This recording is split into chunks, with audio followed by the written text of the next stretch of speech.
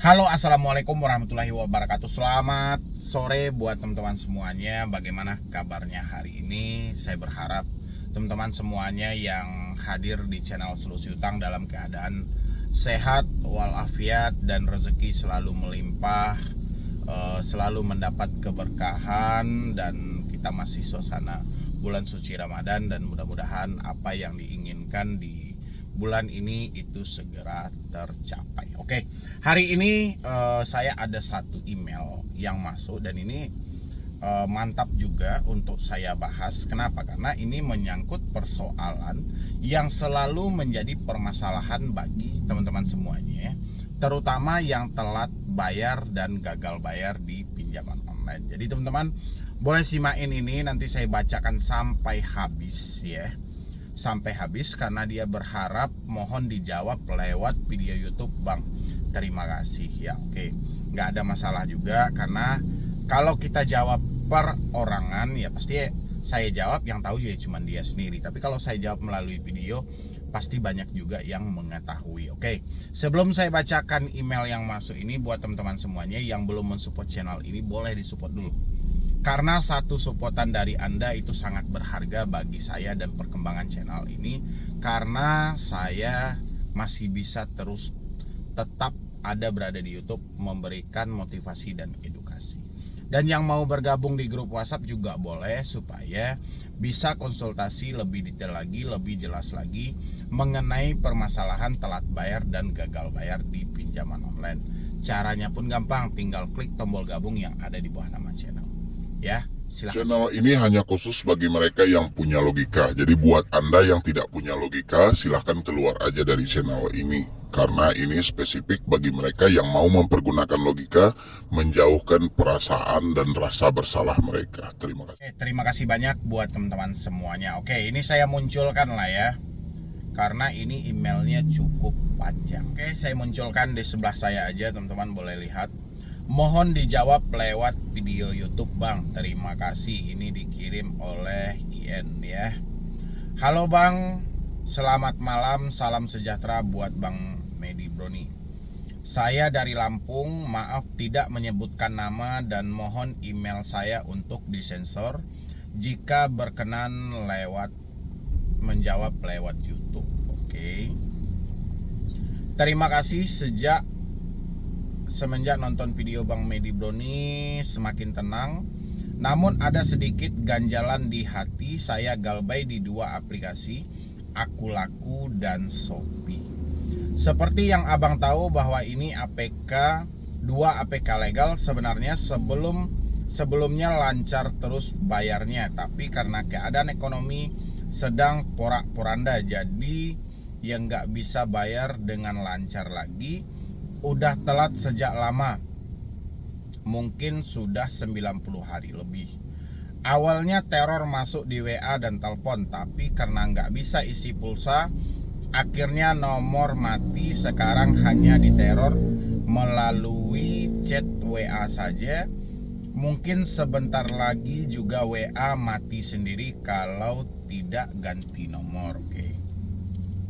Jadi yang bersangkutan terjebak di dua aplikasi, Akulaku dan Shopee, dan keterlambatan dia itu sudah lebih dari 90 hari. Nomor yang dia pakai sudah mati karena tidak diisi pulsa, dan tersisa cuma tinggal WhatsApp. Dan WA-nya pun kemungkinan akan diganti juga, itu menurut dia ya. Ini menarik teman-teman, boleh simain sampai habis. Yang ingin saya tanyakan, apakah jika pindah rumah termasuk pemalsuan data atau termasuk pelanggaran hukum? Satu ya, pertanyaan dia. Yang kedua, jadikan saya daftar di dua aplikasi tersebut sudah sejak lama. Tapi untuk verifikasi KTP, kalau tidak salah sejak 2020, otomatis masih dengan KTP sesuai alamat yang lama. Namun 2021 saya pindah rumah karena memang sudah menetap di alamat baru, jadi saya pastikan merubah alamat KTP Bang. Saya mengurus perpindahan melalui RT, RW, kelurahan dari kedua wilayah, baik yang lama dan alamat yang baru.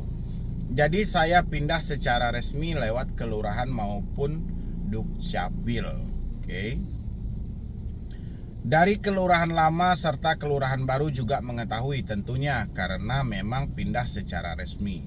Nah, sedangkan di aplikasi kan alamat yang terdaftar masih alamat yang lama. Apakah itu bisa menjadi masalah untuk saya, Bang? Jika tim lapangan datang ternyata saya sudah pindah rumah, apakah itu pelanggaran bagi pihak aplikasi tersebut, Bang? Apa yang harus saya lakukan, Bang? Apakah diamkan saja atau saya konfirmasi alamat terbaru di aplikasinya? Kalau mau verifikasi alamat baru, apakah harus dengan OTP? Kalau harus kode OTP ke nomor terdaftar sedangkan nomornya sudah mati, pasti tidak bisa menerima OTP atau bagaimana, Bang? Mohon pencerahannya. Oke, panjang banget ya. Maaf karena bertanya tengah malam, karena siang biasanya saya tidur. Hah? Siang tidur? Pertanyaan ini masih terus muncul di benak, jadi masih belum bisa full tenang pikiran. Saya sudah subscribe sejak awal nonton video Abang. Mau gabung masih belum bisa karena kebutuhan buat makan juga kembang kempis. Sekarang saya tinggal pegang 30.000, nggak tahu cukup sampai kapan. Dan belum mendapatkan pekerjaan juga. Jadi ya hanya bisa bertanya lewat email saja karena tidak punya uang buat join ke grup dan semacamnya. Kalaupun ada uang kalau ada uang lebih baik buat makan, Bang. Untuk saat ini karena memang kondisi sedang minus. Pikiran sudah sempat gelap, hal negatif dari berbuat jahat sampai bunuh diri juga sudah berseleweran di pikiran. Tapi untungnya masih kuat iman dan kuat mental. Bersyukur lagi karena sempat nonton channel Abang dan channel lainnya yang akhirnya menguatkan saya. Penjelasan Abang sangat memotivasi untuk terus hidup dan berjuang, minimal buat diri sendiri dulu. Terlebih saya juga punya tetangga yang baik karena sering kasih makanan, jadi bisa lebih berhemat. Oke. Segitu saja, Bang, dari saya. Sekali lagi maaf kalau mengganggu waktunya karena kirim email tengah malam. Saya tidak punya uang join grup.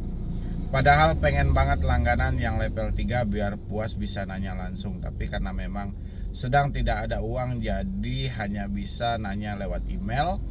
Ada WA tapi nomornya sudah mati karena nggak bisa isi pulsa. Belum ganti nomor juga, jadi hanya bisa WA. Tapi mau WA juga takut tidak direspon karena belum berlangganan. Semoga segera ada jawaban lewat video YouTube Abang. Mumpung masih bisa online, ada internet. Selamat malam, salam sejahtera, sukses buat kita semua. Terima kasih. Oke, panjang banget ya. Untuk membaca aja saya butuh durasi 5 menit gitu loh. Untuk membaca ini aja. Ini sekali lagi buat teman-teman semuanya ya. Oke, saya paham dengan keadaan Anda. Pada dasarnya orang yang masuk ke dalam solusi hutang itu mereka yang sudah hancur gara-gara pinjol, atau sudah hancur gara-gara dimanfaatkan dengan jasa-jasa pelunasan hutang, atau sudah hancur dengan jasa-jasa penghapusan data. Ya paling yang datang sama kita ya tinggal kecil-kecil aja lah yang lagi ya. Mungkin yang receh aja yang sudah masuk. Mungkin kalau yang puluhan juta sudah disadap sama orang semuanya. Tapi di sini saya itu memang ada grup WhatsApp, dan grup WhatsApp ini berbayar. Bayarnya itu mungkin saya masih bisa pertimbangkan, masih sesuai dengan kemampuan teman-teman semuanya. Tapi di sini tidak diharuskan. Ya, kenapa saya tidak diharuskan? Karena memang itu berbayar. Kenapa itu berbayar? Saya hanya membatasi mana yang benar-benar membutuhkan solusi dan mana yang tidak. Ya, karena kita ada di dalam publik seperti ini, ya. Ini tidak semuanya korban pinjol. Ya, ada juga yang pura-pura jadi korban padahal penipunya. Jadi itulah yang kita batasi supaya teman-teman itu curhat, konsultasi, diskusinya itu benar-benar aman, privasinya terjaga, dan kita pun bisa mengedukasi. Sedangkan sudah berbayar ini, asal teman-teman tahu, itu masih banyak komplotan dari penipu yang masuk ke grup itu. Ya, mereka rela juga mengeluarkan uang mereka puluhan ribu untuk masuk ke situ hanya untuk nge-save nomor Anda atau ngajak Anda pinjol lagi. Itulah gunanya grup itu kita batasi. Karena ini berdasarkan pengalaman saya ya. Dulu saya juga bikin grup WhatsApp dan itu semuanya bebas masuk ke sana. Alhasil grup saya bubarkan. Itu grupnya sampai puluhan. Ya makanya sekarang kita lebih detail lagi. Tapi kalau teman-teman misalnya tidak mampu, karena saya paham ini, ya yang masuk ke saya untuk makan aja udah susah. Ya walaupun mereka memperpanjang pinjol sekian ratus ribu, mereka masih mampu, tapi itu nggak ada masalah. Anda masih bisa konsultasi gratis nomor yang ada di layar YouTube ini, ya, atau nomor yang ada di dalam deskripsi di channel. Anda boleh konsultasi, tapi memang harus sabar dan itu gratis, tidak dipungut biaya apapun. Kalaupun Anda ingin masuk grup, itu Anda berbayar ke YouTube, itu cuma sekali seumur hidup Anda, ya. Tidak harus Anda berulang-ulang kali. Itu hanya kita mensaring saja mana yang benar-benar butuh solusi dan mana yang tidak. Itu aja kok, oke? Oke, kita bahas dulu. Yang pertama yang ingin ditanyakan adalah jika pindah rumah termasuk pemalsuan data atau termasuk pelanggaran hukum. Pindah rumah tidak ada hubungan dengan pemalsuan data ataupun pelanggaran hukum. Ya, hari ini Anda ngontrak di RT 1, tinggal di sana selama 3 tahun. Otomatis surat Anda pindah dari kampung pindah ke RT yang tempat Anda nyewa selama 3 tahun. 3 tahun kontrak habis atau kontrak terlalu mahal, sudah tidak mencukupi lagi dengan keuangan kita. Kita mendapatkan kontrak yang lebih murah dan ini harus keluar dari kecamatan tersebut atau keluar dari kabupaten tersebut supaya kita diakui juga oleh RT setempat. Oke, pindah. Ya, tidak termasuk pemalsuan data ataupun pelanggaran hukum. Dari mana langgar hukumnya? Ya, Discapil aja itu membenarkan hal itu boleh dilakukan, pemerintah pun juga mengizinkan, nggak ada masalah. Ya, oke. Habis itu jadi kan saya terdaftar di 2 aplikasi tersebut sudah sejak lama. Tapi untuk verifikasi KTP kalau tidak salah sejak 2020. Otomatis masih dengan KTP sesuai alamat yang lama. Namun 2021 saya pindah karena memang sudah menetap di alamat baru yang sudah berubah alamat KTP. Oke, itu nggak ada masalah ya.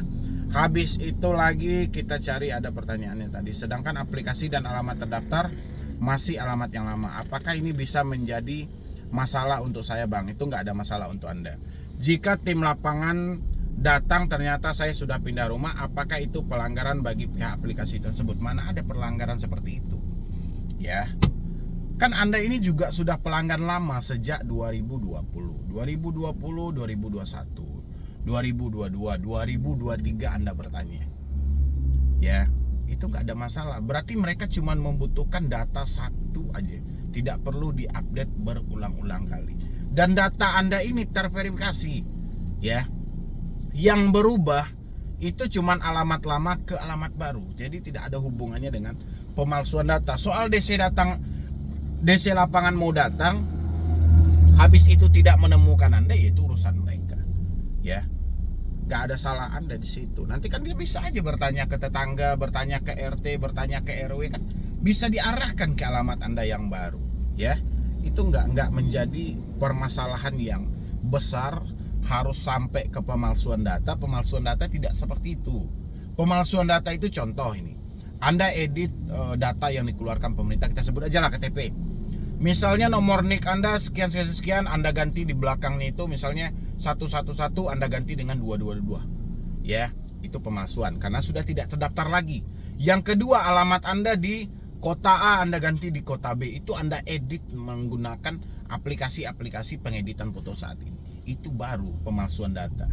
Ya, Anda sengaja memberikan data bohong. Oke ya, jadi itu bukan termasuk pemalsuan data. Dan habis itu, kalau Anda ingin mengkonfirmasi atau ingin memverifikasi, ya otomatis kalau melalui aplikasi ya mereka juga harus meminta kode OTP, karena kode OTP salah satu pengaman untuk setiap akun gitu loh ya. Jadi gini aja, saran saya kalau memang Anda ingin konfirmasi, ya biarkan aja dulu debt collector lapangan berkunjung. Nanti kan akan bertanya ke tetangga. Debt collector itu kan nggak bodoh juga, dia pasti akan bertanya tuh ke tetangga Anda. Ya, nanti dari tetangga Anda kalau dia tahu alamat Anda yang baru pasti akan disampaikan. Kalau enggak, pasti akan diarahkan ke RT ataupun RW. Nanti RT RW lah yang menjelaskan bahwa yang bersangkutan telah mengurus surat pindah ke sana.